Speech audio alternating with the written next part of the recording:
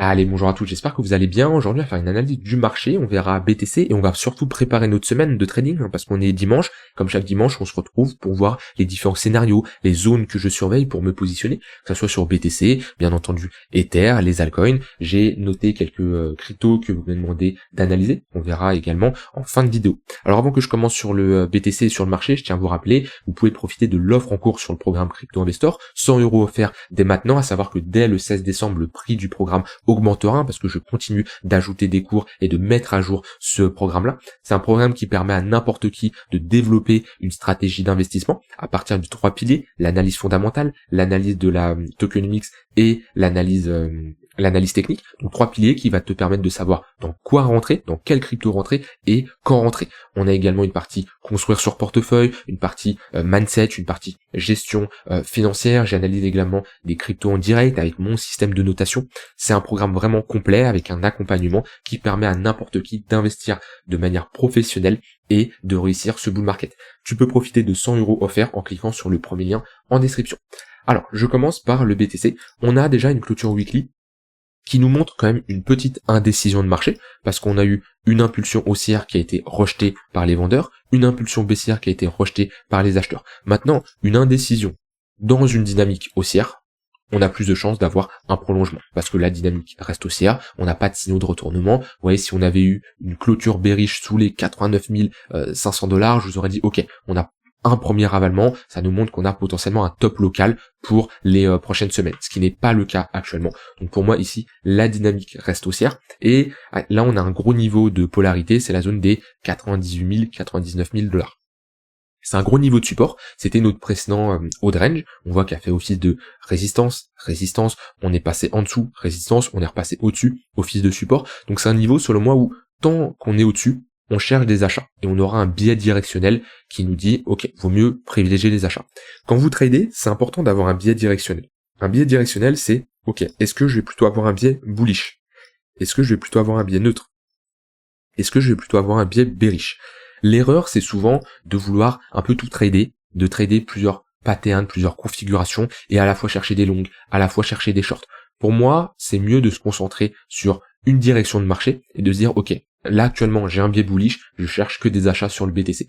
Ça veut pas spécialement dire qu'on a un biais bullish, qu'on rentre n'importe comment, mais déjà on a un biais directionnel, on sait qu'on va chercher des achats. Et ça on peut l'avoir de différentes manières, ça peut être avec des moyennes mobiles, ça peut être également avec des niveaux de support. Par exemple ici on a ce niveau de support 98 000, 99 000 $, et ben on se dit tant qu'on évolue au-dessus de ce niveau de support, on va chercher des achats. C'est notre niveau de polarité. Par contre si on le réintègre et qu'on repasse en dessous, attention, on a un signal qui est pas spécialement bearish, ça y est, on retourne chercher 70 000 $, mais on peut passer un biais neutre. Et c'est très rare qu'on passe d'un biais bullish à directement un biais bearish. On va faire biais bullish, biais neutre, biais bearish. Et ça veut dire que dans cette zone-là, on peut se dire, tiens, hop, à ce niveau-là, j'ai un biais neutre. Un biais neutre, ça peut être, je peux chercher des shorts comme des longues, c'est normal, on est dans un range, donc je peux chercher des shorts sur la borne haute, je peux chercher des achats sur la borne basse, mais je peux également ne rien faire et attendre de revoir à nouveau un biais bullish pour trader.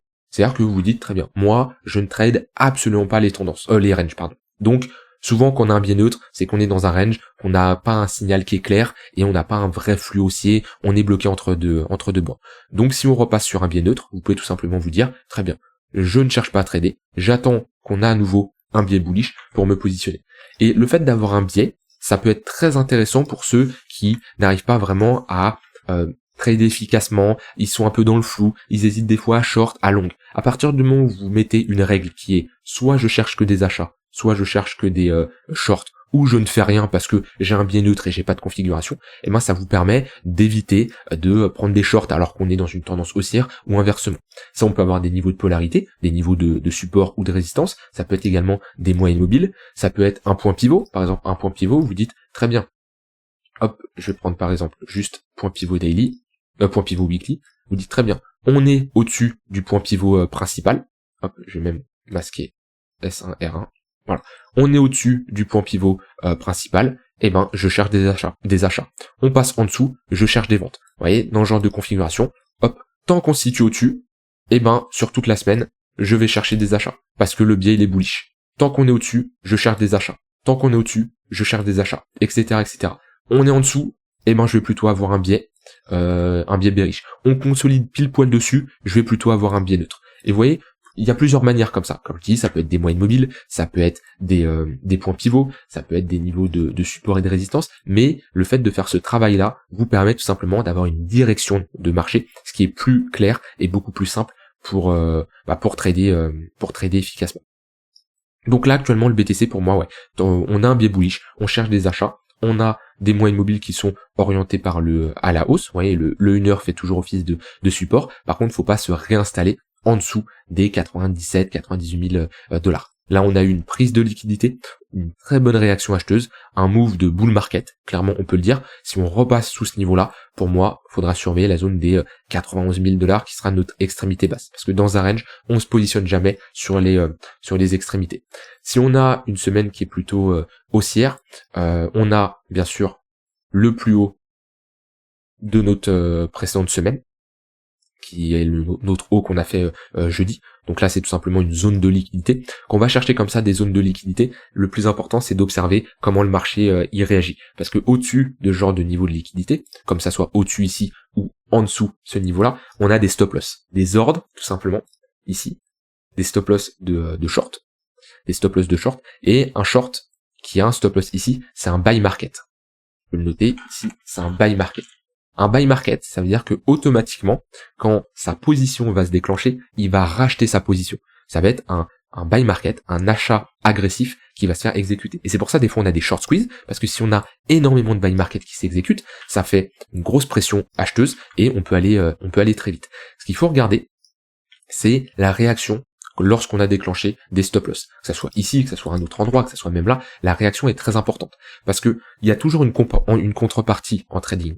C'est un jeu à somme nulle. Quand vous achetez un BTC, en face, il y a quelqu'un qui vous vend un BTC.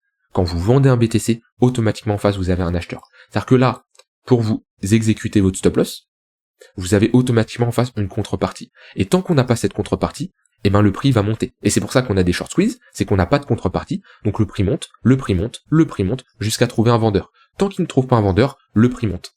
Et c'est là où, soit on a un short squeeze, soit on a une prise de liquidité réintégration. Quand on a une prise de liquidité réintégration, ça veut tout simplement dire que on a absorbé tous les buy market, parce que en face, il y a eu une contrepartie, il y a eu ce qu'on appelle des sell limits. Donc c'est tout simplement des ventes passifs qui sont dans le carnet d'ordre, des ordres qui ont tout simplement absorbé les buy market. Et là, on a bien une autre contrepartie, c'est juste que elle n'a pas été beaucoup plus haute. Pourquoi ? Parce qu'on a eu une absorption. Donc soit l'absorption se fait au moment de la prise de liquidité, comme on a eu ici. Là, on a eu de l'absorption. On a eu pas mal de stop loss qui sont déclenchés. Et on a alors là, c'est pas des sell limits à ce niveau-là, c'est des buy limits qui ont absorbé toute la liquidité, tous les sell market. Là, vous voyez, buy market, sell limit qui absorbe. Et ici, on est sur des sell market. Donc c'est des stop loss de longue. Et la contrepartie qui absorbe, c'est des buy limits. Et c'est là l'importance on ne peut pas anticiper comment le marché va évoluer, c'est là, faut regarder la réaction. Si on commence à short squeeze, c'est que les sell limits ici, il n'y a aucune absorption et on va sûrement aller beaucoup plus haut. Donc c'est notre niveau, hein. Si on est bullish et qu'on cherche des achats, c'est une target là, les 104 000 dollars qui sera intéressante à surveiller. Hop, j'efface tout ça. Et après, si on continue notre hausse, on avait mis ici des extensions que je vais remettre de ce range là. Hop, tac. Entre 105 et 108 000 dollars, c'est le niveau de prise de profit de l'extension de ce range-là. Et après, la grosse prochaine target, selon moi, c'est les 120 000 dollars qu'il faudra surveiller. Alors, il y a le chiffre psychologique des 110, mais 120 parce qu'on a les 100% d'extension, hop, de ce mouvement-là. Alors là, je dis pas qu'on va y aller cette semaine, hein, mais je dis juste que 122 000 dollars, c'est un niveau très important. Donc voilà, le plus important c'est d'avoir des zones. Mon but c'est pas de vous dire si le marché fait ça, vous achetez, s'il fait ça, vous achetez, parce que déjà le marché bouge en temps réel et je ne peux pas faire des vidéos en temps réel et les patterns peuvent arriver rapidement, les signaux peuvent arriver très rapidement. Moi mon but c'est surtout de vous apprendre à être autonome, de vous montrer ma méthode, comment je fonctionne, de vous aider à créer votre propre méthode et également ce qu'on regarde le plus important c'est les zones d'intervention, les niveaux qui nous intéressent. Après quand on arrive chercher ces zones, que ce soit celle-ci ou celle-ci, ce qu'il faut, c'est que vous ayez une réaction acheteuse. Et ça, c'est propre à chacun. Il y en a, ça va être un ravalement haussier. Il y en a un autre, ça va être une pattern de retournement. Certains, il va se positionner de manière agressive directement sur le niveau de support. Ça, c'est propre à chacun. Et mon but, je suis pas ici pour vous dire quoi faire. Vous êtes libre, vous gérez votre argent et mon but, c'est ne soyez pas dépendant de quelqu'un. Commencez pas à absolument vouloir savoir cette personne, ce qu'elle vous dit, faire du copy trading ou être 100% dépendant de quelqu'un. Moi, mon but, c'est pas que vous soyez dépendant à moi, c'est au contraire que pour ceux qui commencent, dans quelques mois, vous soyez autonome. Pour ceux qui sont déjà là depuis un moment, que vous, dans quelques semaines, vous soyez autonome. Mais mon but, c'est voilà, de vous rendre autonome, que vous puissiez prendre des bonnes décisions propres à vous. Et pas que vous dites, si j'ai pas fait une vidéo ou autre, vous dites, ah, qu'est-ce que je fais, je suis perdu et tout. Au début, c'est normal. Avec le temps, vous devez prendre de meilleures décisions. Et c'est mon but, en tout cas. C'est comme ça que je vois la chose. Donc voilà, sur le BTC, plutôt chercher des achats. Si on a des replis, tunnel 1 heure, on a une bonne confluence avec ce niveau de support. Si on doit baisser encore plus bas, on a le niveau des 92 000 $. Maintenant, le fait qu'on l'ait déjà testé, je serais pas fan de revenir à nouveau le tester. Voilà, sur le BTC, j'ai tout dit de ce côté-là. Ether qui est en train de faire une bonne clôture weekly, qui va clôturer au-dessus de ce gros niveau de résistance des 3950 $. Alors ça serait bien de clôturer au-dessus, vers 4000, 4050, à voir si ça pousse dans les 3 prochaines heures. Mais pour moi, c'est la grosse résistance à passer. Dès qu'on passe, Ether peut rapidement s'envoler, aller faire un nouvel ATH et aller chercher entre les 7000 et 10 000 $. Pour moi, c'est la grosse target de ce bull market. Il peut aller plus haut, mais on sera sur une target réaliste où je m'attendrai ici à quand même avoir du mal et à consolider dans cette zone. Maintenant, Ether, on a une bonne clôture weekly, mais on est quand même sur résistance. C'est-à-dire que une résistance, c'est jamais au dollar près. C'est-à-dire que je vais pas prendre le haut de ce niveau-là et me dire ok, si on clôture $1 au-dessus, c'est bon. C'est plutôt une zone d'intervention. Et moi, j'aimerais bien d'avoir de l'acceptation au-dessus des 4000, 4100 $. Ça serait plutôt pas mal. Maintenant, Ether, toujours dans une dynamique qui est haussière. Si je mets des moyennes mobiles, on voit qu'actuellement on est sur un niveau de support, le tunnel 15 minutes, plutôt une zone où on va chercher des achats. Et si on perd ce tunnel 15 minutes, il faudra surveiller le pullback au niveau du tunnel 1 heure. Vous voyez, à chaque fois on fait ça sur Ether. Tunnel 15 minutes, opportunité de longue sur de l'intraday, on le perd, tunnel 1 heure. On repart à nouveau, tunnel 15 minutes, il tient pas, tunnel 1 heure, etc., etc., comme on avait ici. Si le tunnel 1 heure casse également, il faudra surveiller le tunnel 4 heures. Si on a un crash cette semaine, on peut pas savoir ce que le marché va faire. Les baisses, ils peuvent arriver assez rapidement. Moins 15%, ça sera une bonne zone ici à surveiller sur Ether. Et la paire ETH-BTC, toujours sous le tunnel daily, mais on voit qu'on trouve un intérêt acheteur dans cette zone-là. Ouais, on a un bon rebond, on avait déjà un premier rebond, on a été plus bas, on refait à nouveau un bon rebond, on est sur un niveau de support. Pour moi, la paire ETH-BTC est sur des bonnes zones pour bottom. Maintenant, ce qui nous manque, c'est la structure pour avoir un switch de dynamique et passer dans une phase où on fait des creux et des sommets de plus en plus. Voilà globalement pour BTC et Ether cette semaine. Je vous ai pas parlé calendrier économique. Mercredi, on a le CPI, l'inflation aux États-Unis, qui va être une donnée très intéressante et qui aura de l'impact sur la décision des taux d'intérêt qui sera le 18 décembre. Donc pas mercredi là, mais l'autre mercredi. FOMC, un taux d'intérêt. En plus, on est en fin d'année. Donc ça va être un point important. Là, on pourra s'attendre à pas mal de volatilité. Et en fonction des annonces qui va être faites, enfin des chiffres qui vont tomber mercredi, ça va être un point important. Si on a des chiffres qui ne sont pas, qui sont au-dessus ou en dessous de ce qui est prévu, ça aura clairement un impact sur le marché. Donc moi, je ne trade pas les news parce que je ne peux pas prédire à l'avance la news, mais la volatilité arrive quand les annonces, les résultats sont des chiffres qui n'étaient pas prévus. Si c'est exactement ce qui est prévu, et ben c'est très souvent pricé, on a un marché qui ne bouge pas énormément. BTC et Ether là-dessus, c'est fait. Je voulais regarder au niveau du funding open interest. Vous voyez, il n'y a pas un gros intérêt sur le BTC, c'est plutôt pas mal. Cette baisse-là, elle a secoué pas mal de monde. On a toujours un funding qui est globalement plat, voilà, qui ne retrouve pas des gros funding comme on a eu ici. Open interest également, qui ne s'enflamme pas. Donc j'ai envie de dire là-dessus, c'est plutôt pas mal. Et si je regarde les spreads, on est toujours sur des niveaux hauts, mais on ne s'enflamme pas non plus énormément. Donc on peut rester, comme je l'ai déjà expliqué pas mal de fois, sur des spreads pas mal positifs pendant un long moment. Alors les altcoins, vous m'avez demandé d'analyser. D'ailleurs, je rebondis à la vidéo d'hier qui d'ailleurs a bien marché. Je ne sais pas pourquoi, mais visiblement elle a bien marché. Il y a des gens qui m'ont dit oui, c'est trop tard, ces cryptos-là que tu présentes, ils ont déjà bien pump. En fait, la plupart des cryptos ont déjà bien pump. Et ça dépend toujours de notre manière où on se positionne. Mais si je regarde BNB, ça a bien, très bien pump. Si je regarde XRP, Solana, ADA, AVAX, peu importe l'altcoin, elle a déjà très bien pump. Donc, qu'est-ce que je peux vous dire? Je vais pas vous sortir des altcoins qui sont à moins 99% pour vous montrer une charte qui se fait défoncer, qui est en dynamique baissière, pour vous faire plaisir et vous dire, voilà une altcoin qui a pas pump. Non. Donc là, il y a plusieurs manières d'avoir une bonne approche. Soit vous avez la capacité de faire du trading moyen terme et de vous positionner sur des replis, comme on a pu le voir avec des NIR s'y revenaient, ou des PIT s'y revenaient chercher des niveaux de support intéressants, tunnel 1 heure, tunnel 4 heures, etc. Comme on est actuellement sur PIT. On perd le 15 minutes, 1 heure, faudra surveiller. À AVE, on est dans le 15 minutes, donc soit on a des replis et on fait de la continuation de tendance. Maintenant, pour l'investissement long terme, c'est sûr que c'est compliqué. Et le but, c'est de se positionner au cas où on a des pullbacks. Maintenant, si vous n'êtes pas positionné sur les cryptos, la question à se poser, c'est pourquoi? Qu'est-ce que vous étiez en train de faire à ce moment-là?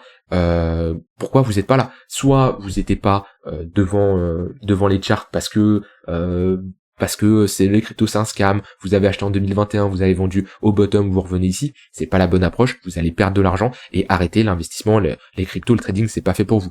Après, soit malheureusement, vous avez découvert le monde des cryptos, de l'investissement il y a très peu de temps.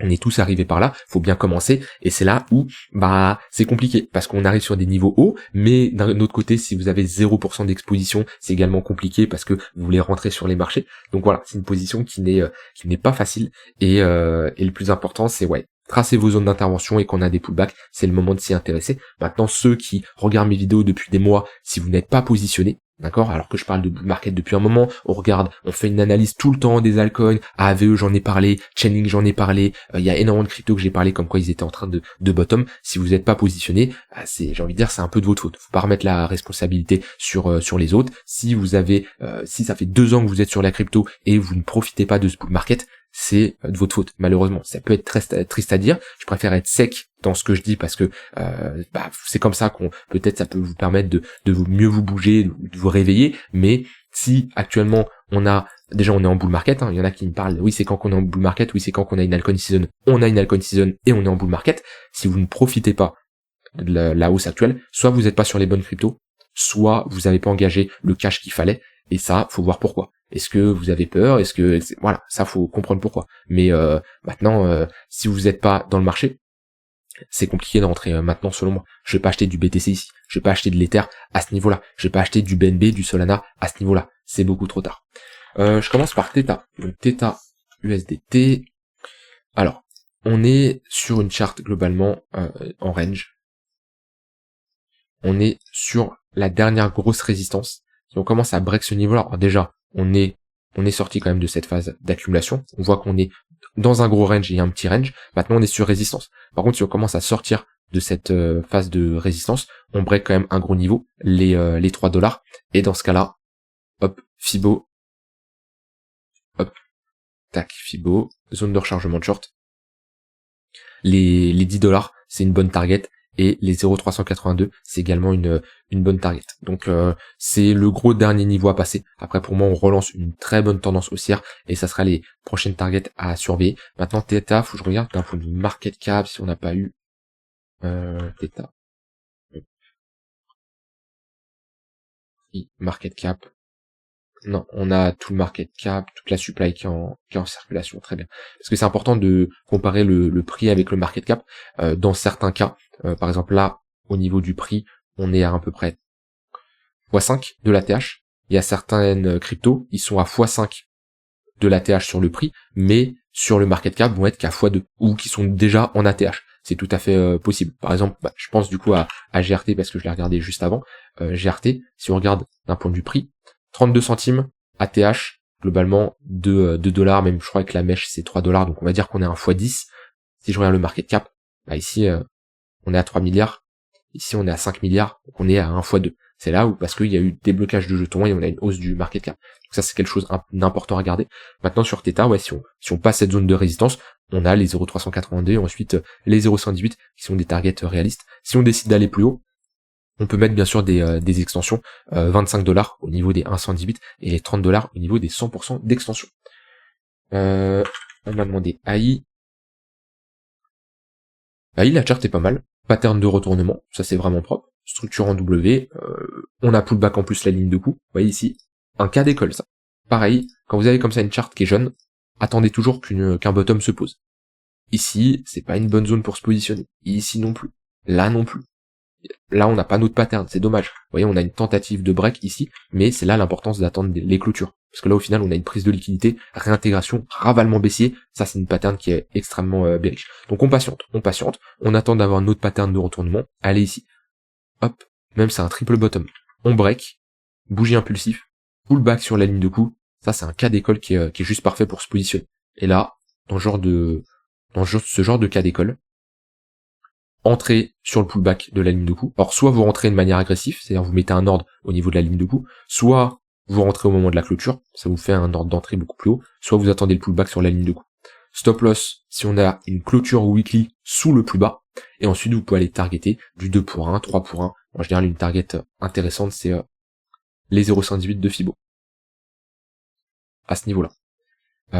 Et voilà, pour moi c'est une target entièrement réaliste sur AI. Après, si on doit aller également plus haut, on met des extensions de Fibo et on a les 118 au niveau des 3,7$ et les 4,5$. Arbitrum, je termine par cette crypto, c'est à peu près pareil. On a notre pattern de retournement qui a été réalisé ici, la réintégration d'un gros niveau ici, donc c'est assez bullish. Et prochaine zone 0,118 à surveiller. Là, on consolide vers les 0,382. C'est vrai qu'on est sur un niveau de résistance. Si on commence à s'affranchir des 1,20, pour moi, la prochaine target, c'est 1,66 au niveau des 0,118. Attention, ARB, Optimism et beaucoup de cryptos comme ça qui sont jeunes, on n'a pas toute l'offre qui est en circulation. Toute la supply n'est pas en circulation. Ce qui fait qu'on a un market cap de 4,7 milliards, mais une FDV de 11,4 milliards. La FDV, c'est le market cap si toute la supply est en circulation. Ce qui fait que, pour moi, c'est des projets intéressants. Par contre, c'est des projets qu'il faut vendre et ne pas détenir en bear market. Parce que c'est des cryptos qui vont prendre beaucoup plus cher. Ça, c'est vraiment un point important à connaître. Le fait d'avoir autant de tokens qui sont bloqués. Et ça, c'est le cas de beaucoup de projets qui sont créés récemment. Si on doit faire un nouvel ATH, on peut également regarder les targets. On a les 3,6$ et les 4,4$. Voilà, j'ai rien d'autre à ajouter. Dans tous les cas, je vous ferai comme chaque jour des updates sur le marché si on a des setups qui s'enclenchent, que ça soit BTC, Ether ou les cryptos. Je tiens à vous rappeler, vous pouvez profiter de l'offre en cours. D'ailleurs, je rebondis à un commentaire qui m'a fait rire hier, qui m'a dit ah oui, arrête de présenter tes offres. Déjà, je suis sur ma chaîne, je fais un peu ce que je veux et j'ai jamais fait de partenariat crypto. J'ai toujours été honnête dans ce que je présentais, alors que honnêtement, les partenariats crypto, pas plus tard que hier ou avant-hier, j'en parlais sur le Discord, je pourrais manger des sommes astronomiques parce qu'on me propose de très bonnes sommes, mais le problème c'est que c'est que des scams, c'est que de la merde, et je pourrais m'enrichir comme ça, mais ça ne m'intéresse absolument pas. C'est pas du tout mon but. Donc j'ai envie de dire déjà, je fais ce que je veux. 2, je pense que comparé à beaucoup de mecs sur YouTube, je reste et je suis clairement honnête dans mes baskets et j'ai rien à me reprocher là-dessus. Et je pense que c'est une fierté parce qu'il y en a beaucoup qui vendent de la merde et qui proposent de la merde sur YouTube pour empocher leur somme à 5-6 chiffres, surtout les gros influenceurs 6 chiffres, mais 4-5 chiffres quand même pour des petits influenceurs, ça peut être tout à fait possible. Donc moi j'ai envie de dire que je mets en avant 2 programmes, le programme Crypto Investor et le programme Devenir Trader, que vous pouvez retrouver ici. Hop. Programme Devenir Trader et programme Crypto Investor, 2 programmes qui permettent soit devenir, alors les deux sont complémentaires, mais il y en a un qui se concentre sur le trading, avoir une stratégie de trading, être autonome et devenir un trader rentable sur les cryptos, et le deuxième Crypto Investor qui permet de se concentrer sur le côté investissement. Donc voilà, n'hésitez pas, il y a 100 € offerts actuellement sur le programme Crypto Investor, je vous mets le premier lien en description. Je vous souhaite une très bonne fin de journée et je vous dis à demain. Bye bye.